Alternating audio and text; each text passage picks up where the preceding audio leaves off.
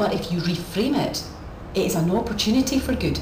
I mean, is anybody here ever found themselves in a situation where they're being pushed out of a situation or a job, they've then found themselves somewhere new, and they're saying to themselves, this is the best move that ever happened to me. This is the best move I ever made. Didn't feel like it at the time, but you've learned to reframe it, to accept it. And I think the last thing to say is, human beings are so resilient. And I just think it's amazing. I work in my job and I love my job, and I think the great thing about it is the people contact, and people are amazing. They really do. I think throughout life, I think life can offer us opportunities to open new doors. So I am closing now with two little images. If you're a pictures person, I want you to remember two images. One is that tree, but the other is the pond. Now, I don't know about you, but my understanding of ponds is that if you have a pond that has no outlet and no inlet, you've got stagnation. And nothing lives in stagnation but green gunk. Okay? If you've got an outlet and an inlet, that's change after all. The water's being changed. You've got life.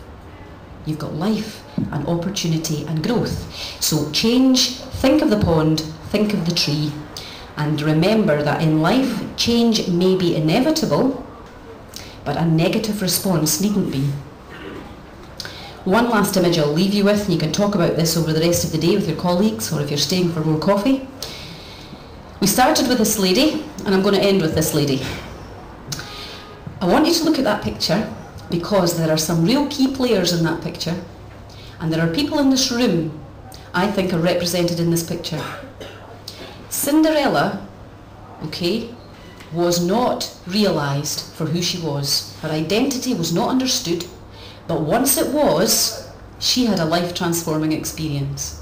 But my understanding of that story was she was not a grouch, okay? And she was discovered not to be a grouch. Her true identity was discovered, and she realised her dreams.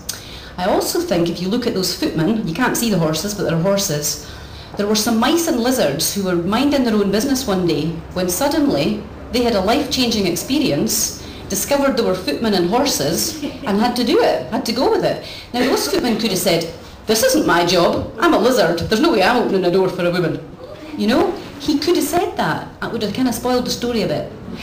But they went with the change, they adapted, they made it all happen, and it was a very happy story.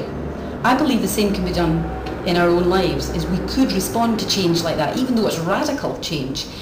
But the fairy godmother, whom I don't really like this picture of her particularly, I don't think she looked like that at all, but she could see the potential in the lizards, in the footmen, in the mice, and in Cinderella. And I think there are people in this room today who can see the potential in situations that has not yet been realised, because nobody else at your work's seen it.